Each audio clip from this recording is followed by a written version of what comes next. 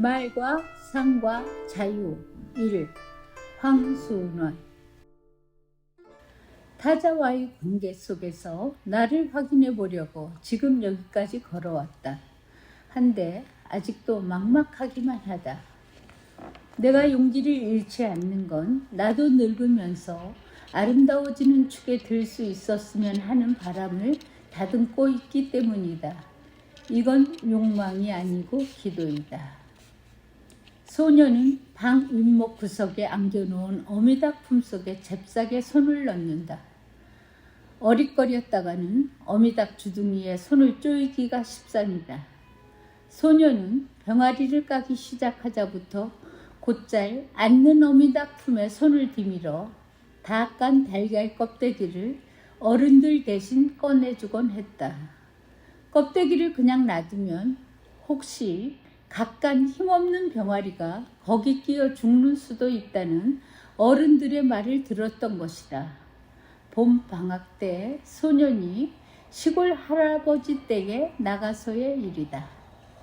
그런데 소년은 달걀 껍데기를 꺼내주는 척하고 병아리를 꺼내어 가지고 노는 수도 있었다. 병아리의 보드라운 털을 만져보기도 하고 구들바닥에 놓아 까만 눈을 동그랗게 뜨고 알찬 목소리로 삐약 하는 소리를 듣기도 했다. 귀여웠다. 그러나 병아리를 꺼내어 가지고 노는 것은 곁에 어른들이 없을 때다. 병아리를 밖에 꺼내 놓으면 깔 알이 더 있는데도 다 깐 줄 알고 어미닭이 아주 내버리는 수가 있다는 어른들의 말이 있었으므로. 그러다가 한 번은 소년이 어미닭 품에서 달걀 하나를 쥐어냈다. 아까부터 어미닭 품속을 들춰보아 이 달걀 안에서 병아리가 껍데기를 쪼아 깨고 있는 걸 알고 있었다. 보니 껍데기 둘레를 거의 다 쪼아 깨고 조금만 남겨져 있었다. 소년은 남은 데를 손톱으로 꺼낸 후 촉촉히 젖어있는 병아리를 어미닭 품속에 넣어주었다. 한참 만에 어미닭의 품을 들치고 보니 몸이 말라 다른 병아리와 마찬가지 같았으나 어딘가 또릿한 기색이 덜했다. 한참 후에 다시 어미닭의 품을 들쳤을 때는 병아리가 죽어 있었다. 그러나 소녀는 병아리가 제 힘으로 껍데기를 마저 깨고 나오도록 놔두지 않아 죽었다고는 그때는 미처 생각지 못했다. 생애 애경이라 불리는 철학을 지녔던 슈바이처가 제2차 세계대전 때 600만의 유태인을 학살한 히틀러의 잔악성에 대해 한마디의 언급도 없었으면 어찌된 일일까? 그건 알 수 없지만 분명한 건 슈바이처 같은 사람이 항거했다고 해서 우리도 잔악성에 대해 침묵할 까닭은 전혀 없다는 점이다. 산속에 혹 노루의 고기 같은 게 있더라도 몽땅 다 가져와선 안 된다. 이를 한 늑대의 습격을 받을 위험이 뒤따르기 때문이다. 어찌 동물 세계에서 있어서뿐이랴. 그림의 소재가 우선 물감이듯이 글의 소재가 우선 말이라는 상식을 우리는 곧잘 잊어버리곤 한다. 이 소재를 소홀히 하고서 좋은 글을 기대한다는 건 아무런 쌀로나 맛있는 밥을 바라는 것과 같은 염치 없는 일이라고 나를 타이르곤 한다. 오늘의 문장은 말하듯이 써야 한다는 얘기를 가끔 듣는다. 과연 그럴까? 말은 귀로 듣고 글은 눈으로 본다. 귀로 듣는 말과 눈으로 읽는 글이 같을 수 있을까?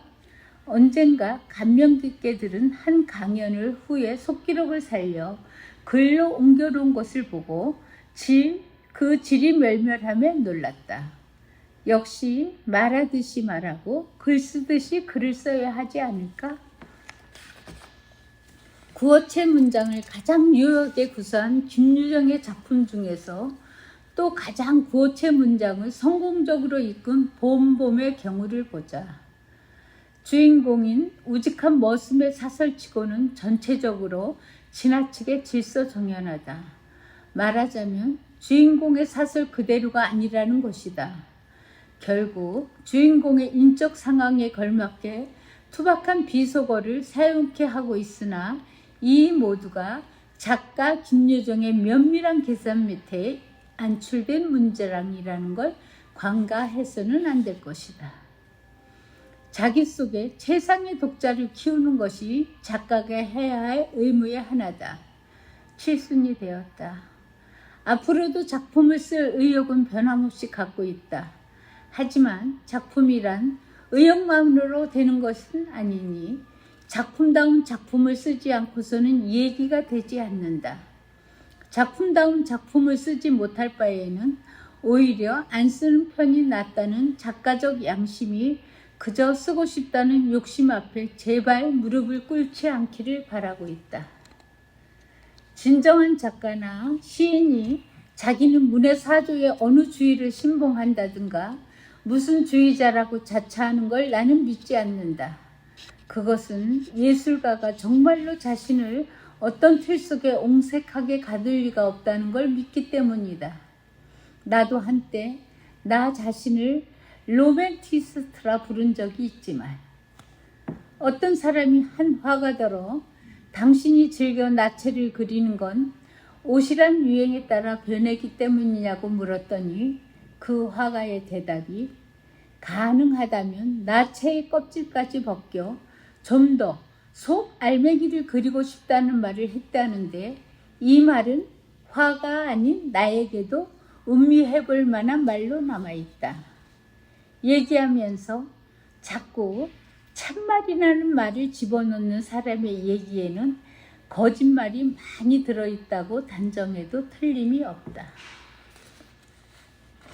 내 아는 사람 중에 거짓말을 할 때마다 자기 코끝을 만지작거리는 사람이 하나 있다. 마치 지금 거짓말을 하고 있으니 그리 알아달라는 표시 같아 미소가 지어지곤 한다. 히틀러의 정치 철학은 대중을 속이는 데 있었다. 그는 대중이 작은 거짓말은 눈치채지만 큰 거짓말은 참말로 받아들인다고 굳게 믿고 있었다. 이 확신을 기반으로 하여 그는 기회에 있는 대로 자기가 원하고 있는 것은 정의와 평화라고 부르짖었다. 그리고 사람들은 이 큰 거짓말을 참말로 받아들였다. 권력의 횡포는 권력자 자신의 것과 이른바 측근자들의 것이 합쳐지는 게 보통이다. 권력 횡포의 증대는 눈에서보다 귀에서 오지 않나 싶다. 처음에는 귀에 거슬리는 말도 들을 줄 알던 귀가 차츰 김맛이 좋은 소리만 가려 받아들인다. 그와 함께 권력자의 횡포는 증진되게 마련이다. 어느 단계에 이르면 귀를 베어버리고 고쳐지는 게 아니고 결국 죽음만이 이를 멈추게 할 수 있을 뿐이다. 오후 1시 45분 김포공항을 떠나 12시간 남짓 날았으니 이튿날 새벽 2시쯤 돼 있어야 할 텐데 시카고에 닿아보니까 그냥 같은 날 낮 12시 15분이다. 하루를 공으로 얻은 셈이다. 살아오는 동안 나는 얼마의 날을 공으로 얻고 얼마의 날을 헛되이 잃었던가.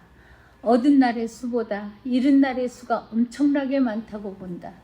그러나 나 자신과 만나기 위해 지금까지 잃어버린 날들과 앞으로 잃어버릴 날들이 그저 헛된 날들이기만 할까? 미국 중부의 지방의 55번 고속도로를 사위의 운전과 딸이 조수로 집사람과 나는 뒷자리에 애손녀를 가운데 두고 앉아 여행을 했다.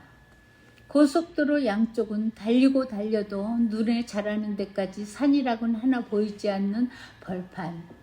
푸른 옥수수밭과 콩밭 사이에 가끔 누렇게 익은 밀밭이 끼어 있다. 8년 전 동부지방을 같은 식구끼리 역시 승용차로 여행했을 때도 비슷한 광경을 보았었다. 그때나 지금이나 이 들판들은 아무런 고뇌도 없는 땅으로 느껴졌다. 서부지방의 산악과 사막지대를 관광지와 환락장으로 만들어 놓고 이 들판들은 아무런 고뇌도 모르는 채 질펀히 누워있는 땅 위로만 느껴졌다. 문득 나는 미국의 인간의 고통을 깊이 생각하는 작가가 별로 태어나지 않는 것도 당연한 일로 여겨졌다. 영국이 본격적인 추리소설의 본고장이 된 것은 정의감과 합리성에 대한 매력이 일반 국민 생활 속에 보급되어 있기 때문이라는 글을 어디선가 본 일이 있다. 일리가 있는 말이지만 나는 영국으로 하여금 추리소설의 본고장이 되게끔 한 것은 그들의 국민성에 해적의 근성이 남아있음과 함께 런던의 안개가 한몫하지 않았나 생각한다. 아주 캄캄한 어둠 속보다도 안개 속에서 더 사람들은 별의별 우명한 것을 꾸미고 이를 즐긴다고 보면 어떨까.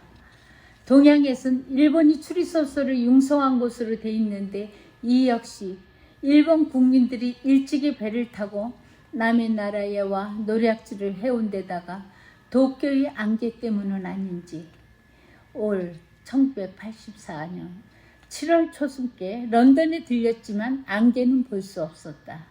석탄 사용을 금하고부터 런던의 안개 현상이 많이 줄었다고 한다. 안개를 못 본 대신 하루 날씨의 변덕스러움을 맛보았다.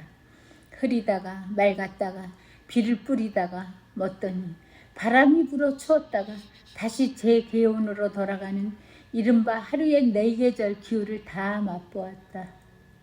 이 날씨의 변덕스러움만은 달리 어쩌지 못할 터인즉 전보다 준 안개의 몫을 대신 맡을 수 있을 것이다.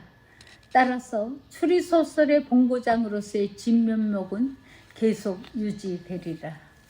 내 생각에 영국으로 하여금 추리소설의 본고장이라는 영예를 계속 갖게 만드는 게 또 하나 있다. 런던탑이 그것이다.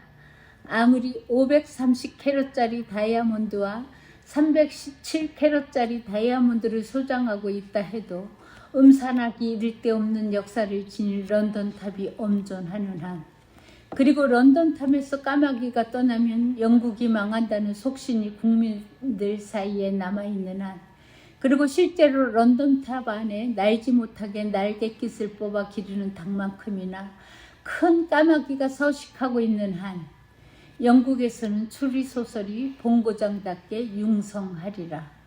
그걸 증명이라도 하듯 영국의 추리작가 애거서 크리스티의 지도시 극화돼 현재 32년째 상연되고 있었다.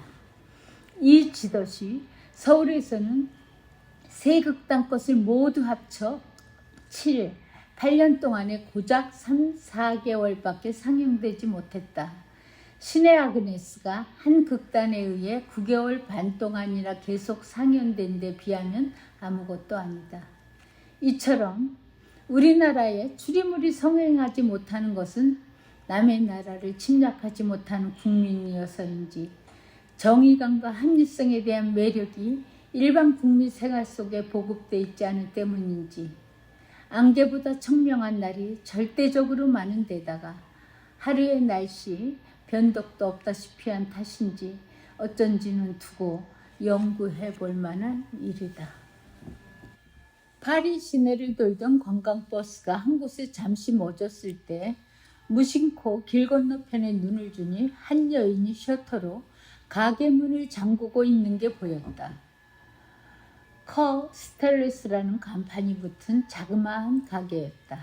시각은 오후 4시 한참 전. 좌우의 다른 성종들은 열린 채로 있었다. 셔터를 다 잠근 여인이 돌아서며 손목시계를 들여다본다. 중키에 머리가 희고 깜장 투피스를 입은 몸매는 가냘픈 편이었다. 나이는 한 70쯤 됐을 것 같고 시계에서 눈을 든 여인은 적이 지친 듯 하면서도 당당한 걸음걸이로 사람들 속으로 사라졌다. 그 모습이 왠지 눈에 머물렀다. 그날 밤 우리는 에펠탑 쪽 생강변에서 유람선을 탔다. 노트르담 성당이 있는 시태성과 생루이 섬 둘레를 돌아오는 유람선을 타고 있는 동안 끊임없이 수많은 반딧불이 바로 배 밖에 엉겨 명멸했다. 같은 반딧불들이 배를 따라오며 명멸한다기보다는 배가 나가는 대로 거기 건물 속에서 자꾸 반딧불들이 피어올라 명멸하는 것만 같았다. 마치 늙은 생강의 여름철 정령이라기도 한 듯이 이 명멸하는 반딧불 속에 한 여인을 발견했다. 그것은 저기 지친 듯 하면서도 당당한 걸음걸이로 걸어가는 커스틀러스의 여주인의 모습이었다. 이튿날 오후 우리는 몽마르트에 들렸다. 조금은 가파른 고개 위에서 두 갈래의 골목이 만나는 여름에 일었을 때는 처음 찾아오는 곳이었건만 꼭 두 번째 들린다는 느낌을 받았다. 이곳에 관한 얘기를 듣고 글로 읽은 일이 있어서 그렇게 느껴지는 것과는 달리 실제로 두 번째 찾아온 느낌이었다. 보라, 저 희끗거리는 구렛나루의 늙은 화가는 그 옆에 이날 처음 보는 청년 화가처럼 젊었을 때 보고 다시 보는 것이다. 그리고 무슨 열매나처럼 주렁주렁 달려있는 그림들도 틀림없이 전에 한 번 본 일이 있는 것이다. 나는 낯이 익어 정겨운 기분으로 서성거리다가 문득 또 그 여인을 발견했다.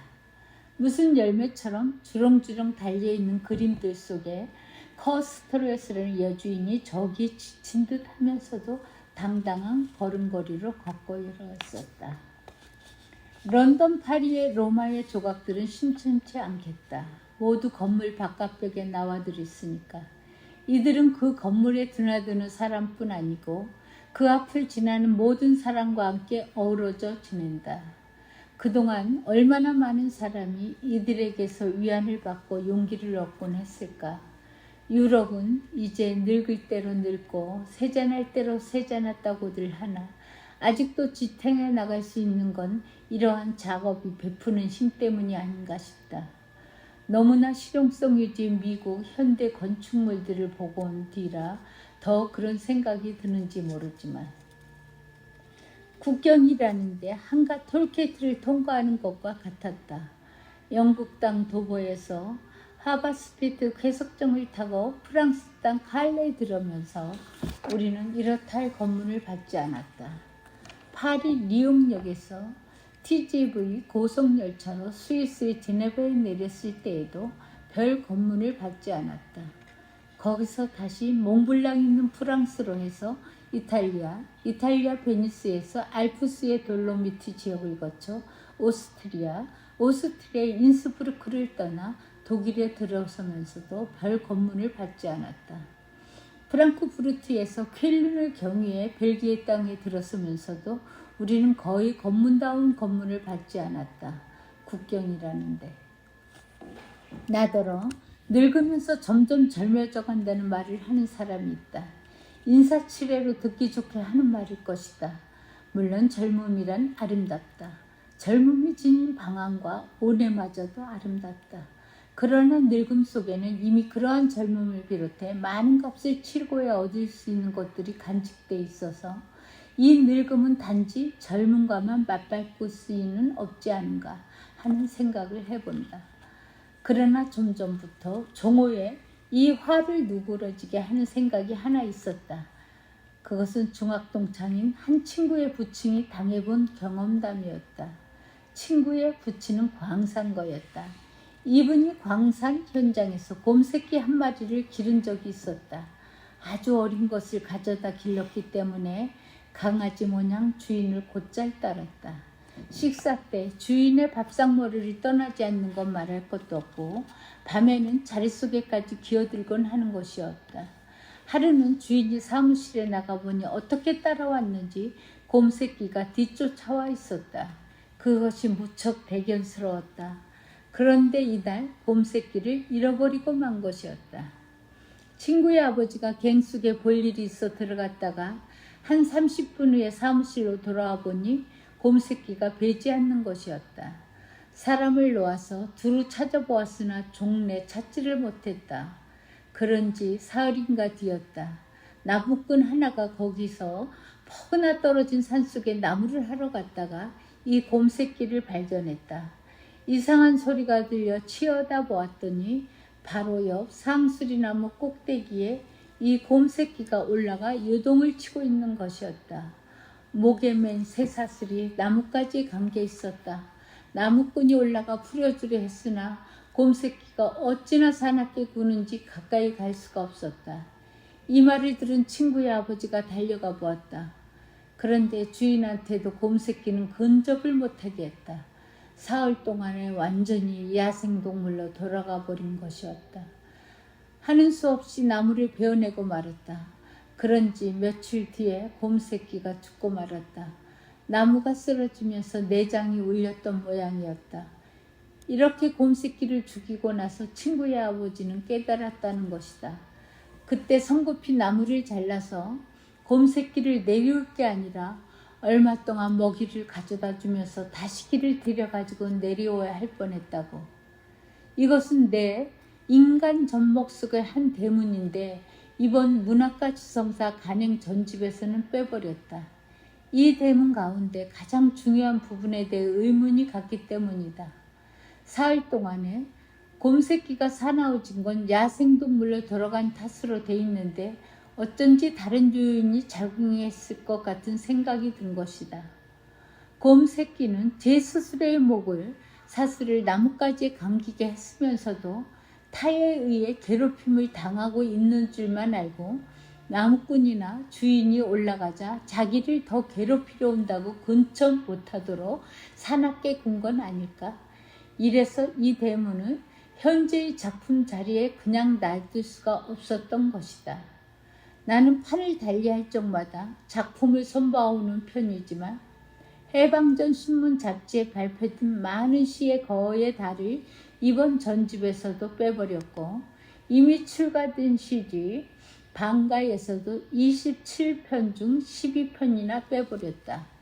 무엇보다도 쓴 사람 자신의 마음에 들지 않는 것들을 다른 사람에게 읽힌다는 건 용납될 수 없다는 생각에서다.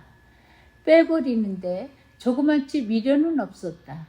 이렇게 내가 버린 작품들을 이후에 어느 호사가가 있어 발굴이라는 명목으로든 뭐로든 끄집어내지 말기를 바란다. 물 위에 뜨려면 우선 상체를 비롯해 몸 전체를 물속에 집어넣는 데서부터 시작해야 한다. 몇 번이고 물을 먹게 되는 걸 감내하면서 오이를 꼭지에서부터 먹어라. 중학교 때 은사이신 한 분이 저희들에게 하신 말씀이다. 선생님께서는 평양에서 한 30리 떨어져 있는 시골에서 비가 오나 눈이 오나 자전거로 통근하셨다. 오이를 예로 든 것도 농촌에 사신 때문이었으리라. 요즘에 개량된 오이와는 달리 그 당시에 재래종 오이는 꼭지 부분이 썼다. 현실적으로 너와 나 어느 쪽이 보다 더 자유로운가가 중요하지만 가슴속에서는 항상 절대적인 자유를 갈구하고 있어야 할 것이다. 뚜르게네프는 아버지와 아들 끄트머리에다 등장인물들의 후일담을 써놓으면서 이런 말을 하고 있다. 대단원은 이루어진 걸로 생각한다. 그러나 독자 중에는 이 소설에 나오는 인물 한 사람 한 사람이 지금은 뭘 하고 있을까 하고 알고 싶어하는 사람이 있을지도 모른다. 나는 그 호기심을 만족시켜주는 데 결코 인색하지 않으려 한다는 이건 독자의 호기심이란 걸 빌어 작자 자신의 작품에 대한 미치함을 어떻게든 메워보려는 속셈이 작용하고 있다고 보여야 할 것이다. 그래, 작품 끄트머리에 적혀있는 작중 인물들의 후일담으로 독자의 호기심을 만족시키고 작품의 미진한 점을 메웠다고 작자는 생각했을까? 뚜르게네프쯤은 되는 작가면 그렇게 생각지 않을 것이다. 도리어 궁색스러운 후일담 같은 형식이 아닌 다른 방법으로 작품의 끝마무리를 지었어야 하지 않았을까 하고 느꼈을 것만 같다. 작중 인물들의 후일담이란 어느 시점에서 끝나는 게 아니고 얼마든지 이어나갈 수 있는 것이고 독자의 호기심도 거기 따라 자꾸 늘어나 주체할 길 없이 될 것이므로 단편소설 중에 결말에 가서 독자의 뒤통수를 딱 때리는 작품, 그것의 좋고 나쁨을 떠나 오해일 얘기 많은데 모파상의 목걸이도 그런 것 중에 하나이다. 끝부분에 가서 여주인공 로아젤 부인은 어느 일요일 한 주일 동안의 피로를 풀려 샹젤리제 거리를 산책 나갔다가 목걸이를 빌려줬던 프레스티의 부인을 만난다. 그러나 친구 사이였는데도 포레스티의 부인은 로아젤 부인을 몰라본다. 그만큼 잃어버린 목걸이로 해서 짊어진 36,000프랑의 빚을 갚느라고 10년 동안 가진 고생을 다했기 때문에 로아젤 부인은 번해버렸던 것이다.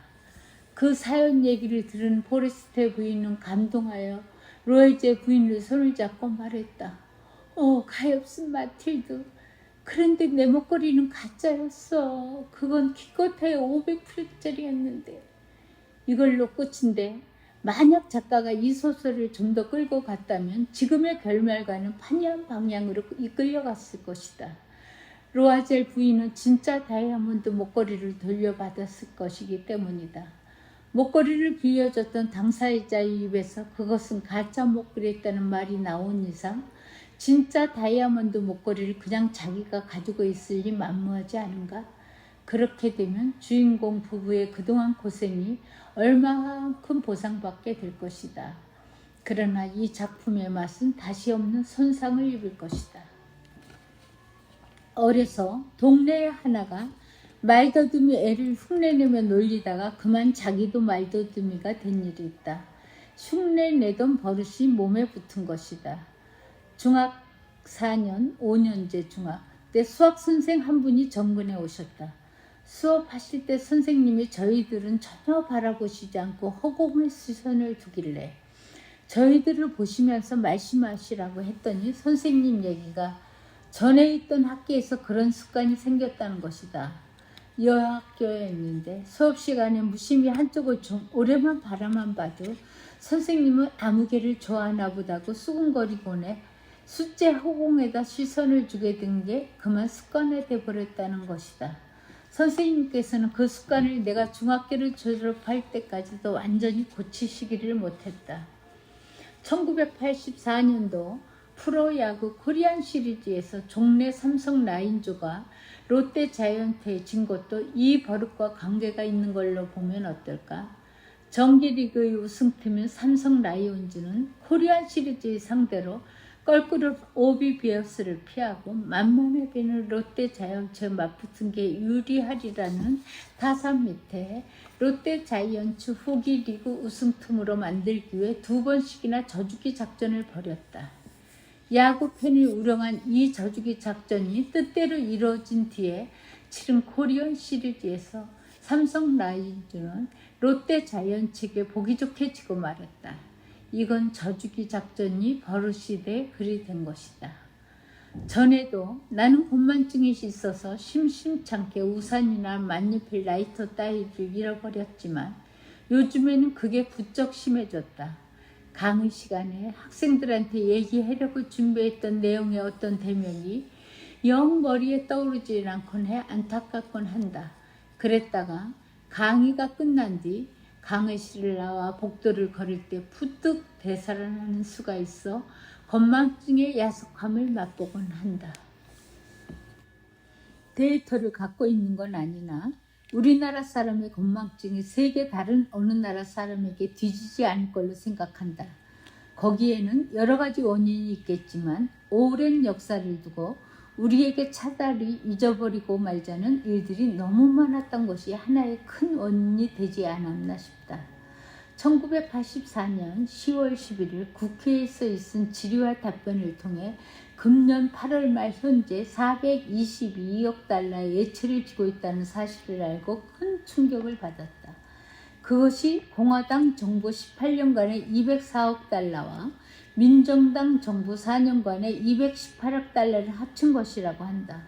정부에서 GNP 증가는 매년 빠짐없이 국민에게 알리면서 왜 예차에 관한 건 항구하고 있었는지, 18년간의 빚보다 4년간의 빚이 많은 건 무슨 일인지, 전체적으로 그 많은 예체를 언제 무엇에다 사용했는지 국민들은 허리띠를 졸라매고 금점검 전력하라더니 정부도 과연 그렇게 해오면서 진 빚인지 빚더미 위의 GNP 증가는 어떤 의미를 가지는지, 빚을 내 이자를 문다는데 그렇게 되면 어떻게 되는 건지, 한 가정으로 볼 때 빚꾸러기가 돼 이자를 빚내어 물게 되면 그 집은 재계약이 어려운 걸로 보는데, 정부는 한 가정과 다른 건지, 다르다면 어떻게 다른지, 이 모두가 그 방면에 어두워서 그런지, 별것 아닌 건지 마냥 어리삥삥하기만 하다.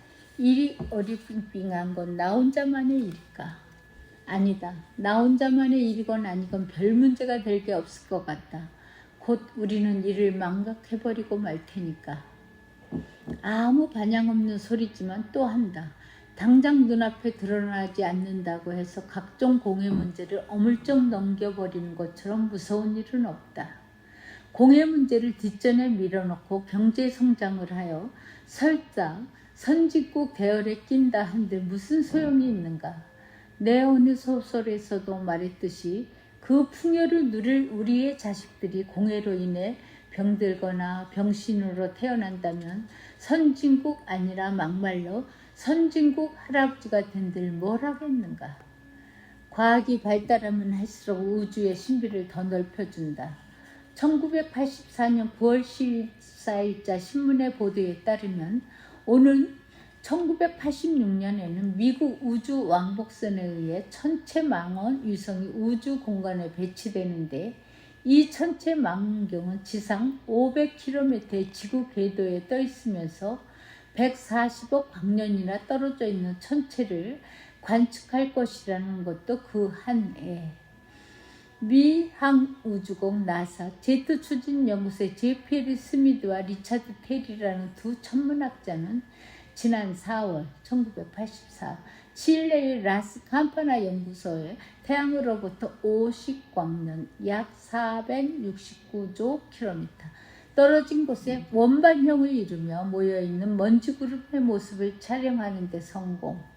이를 컴퓨터로 분석한 결과를 최근 신문 보도는 1984년 10월 30일 하와이에서 열린 천문학회에 보고하고 있는데, 그들이 베타 벡토리스는 별의 중심으로 약 1300억 킬로미터의 범위까지 분포되어 있는 원반형 먼지 구름의 사진은 새로운 태양계의 형성 사실에 대한 움직일 수 없는 증거라고 주장한 것도 그 한 해.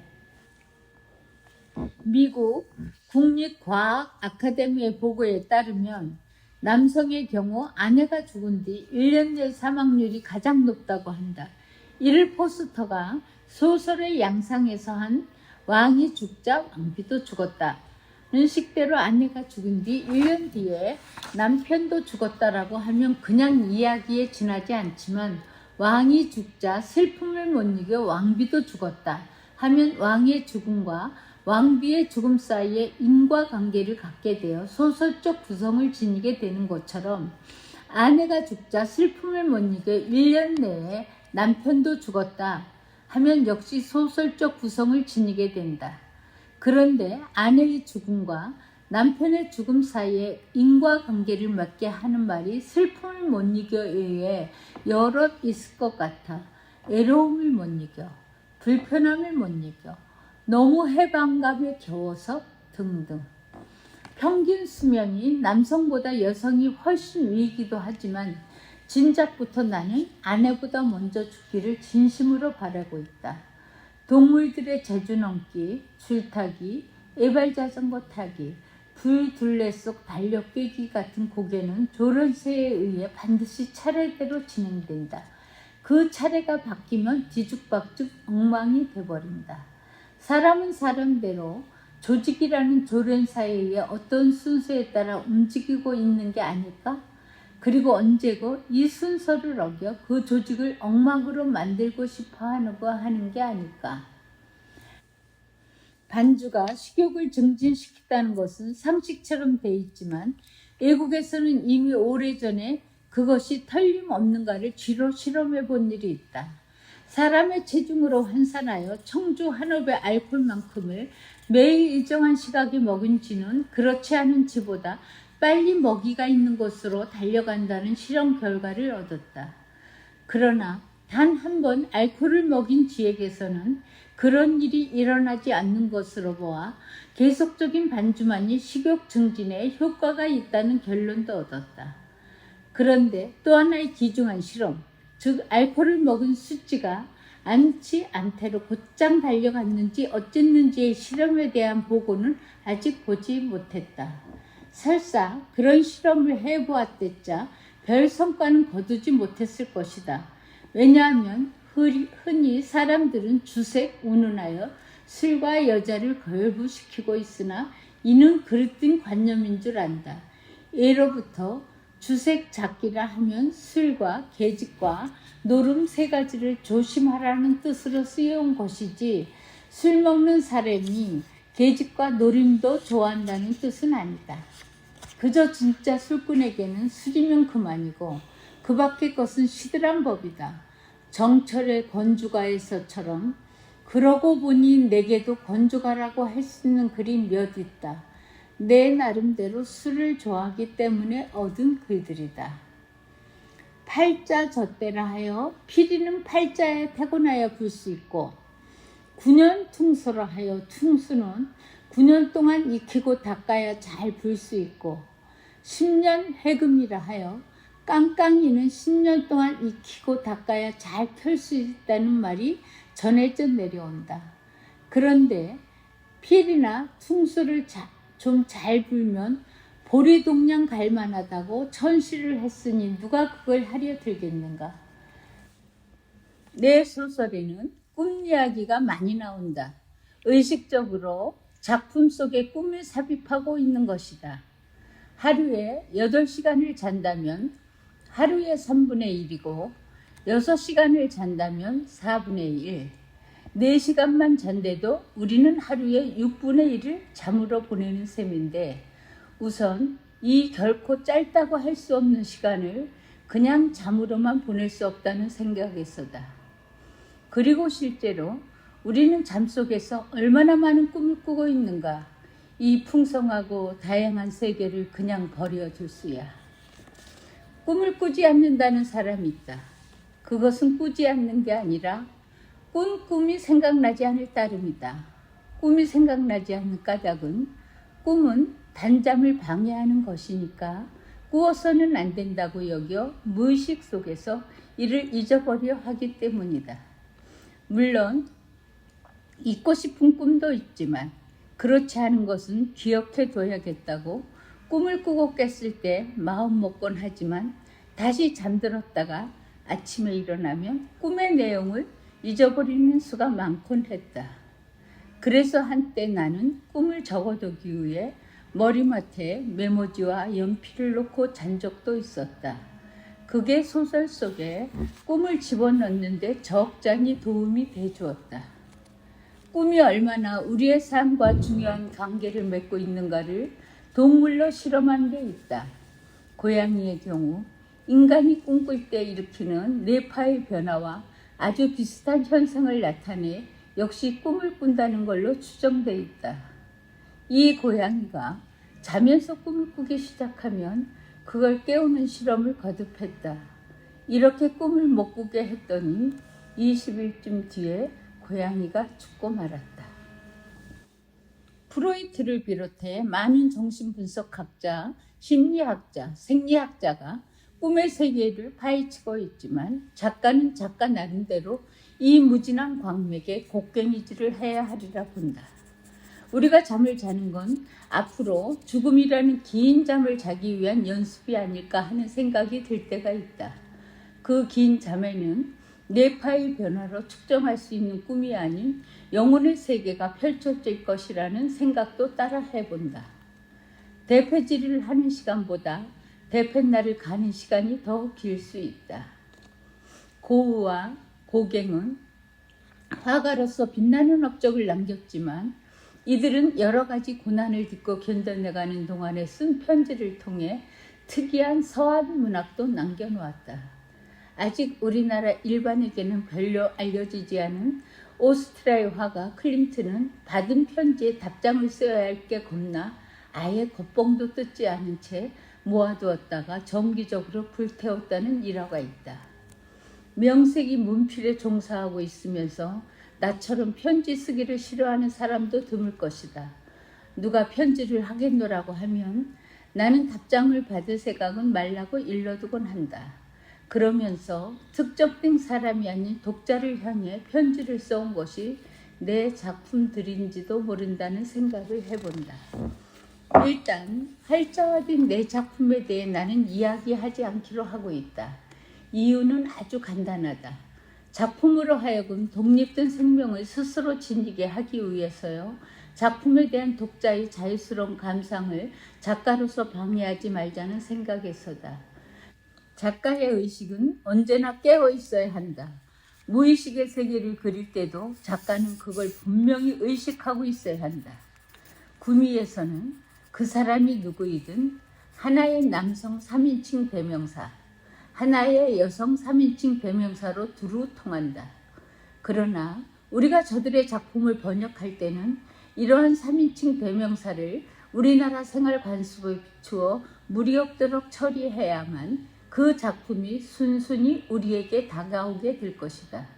그런데 최근 우리나라 작품에다 구미식 3인칭 대명사 사용법 그대로를 적용한 게 가끔 눈에 띈다.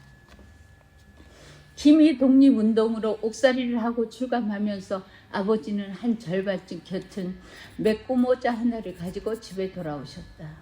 모자 모양은 갖추었으나 테두리가 많이 덜 결여져 있었다. 감옥에서 모고 한 가지 기술을 습득하게 돼 있어서 아버지는 메꼬 모자 겟는 일을 하셨던 것이다. 이 메꼬 모자가 광시령 위에 꽤 오래 앉혀 있었다. 나는 한번 광에 들어가 메꼬 모자를 내려 머리에 써보았다. 어린애 머리라 헐렁했다. 그리고 정수리에 닿는 촉감이 딱딱해 기분이 좋지 않았다. 얼른 벗었다. 그 뒤 몇 번 이사를 하는 동안 메꼬 모자는 없어지고 말았다. 그리고 그 기억에서 사라져버렸다. 그러다가 어른이 된 어느 해 여름 푸뚝 전에 아버지가 감옥에서 갖고 나오신 메꼬 모자 생각이 나 하나 샀었다. 머리에 닿는 딱딱한 느낌이 오히려 더운 여름철 모자다워 괜찮았다. 8.15 이후에도 가끔 여름철에 메꼬 모자 생각을 하면 눈에 띄면 샀을까 했지만 영 배지를 않았다. 이미 사람들의 취향에서 밀려난 모자가 돼버린 모양이어서 이제는 내 마음속에만 남게 되었다. 그걸 또 긴니? 본시 적게 담는 밥을 남길라 치면 늘 듣던 어머니의 걱정 어린 음성이 내 나이 먹어갈수록 더 간절히 되살아온다. 1984 12월